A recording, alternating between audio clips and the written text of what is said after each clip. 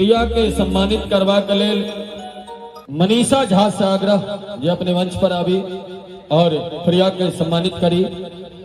मनीषा झा अपने से आग्रह के द्वारा मिथिला के सर्वोच्च सम्मान पाग और डोपटा संग संग दरभंगा महोत्सव के प्रतीक चिन्ह से सम्मानित कल जा रहा है। एक आशीर्वाद स्वरूप थपरी बजा दियो सब गोटे। जय हो। चले छे कलाकार।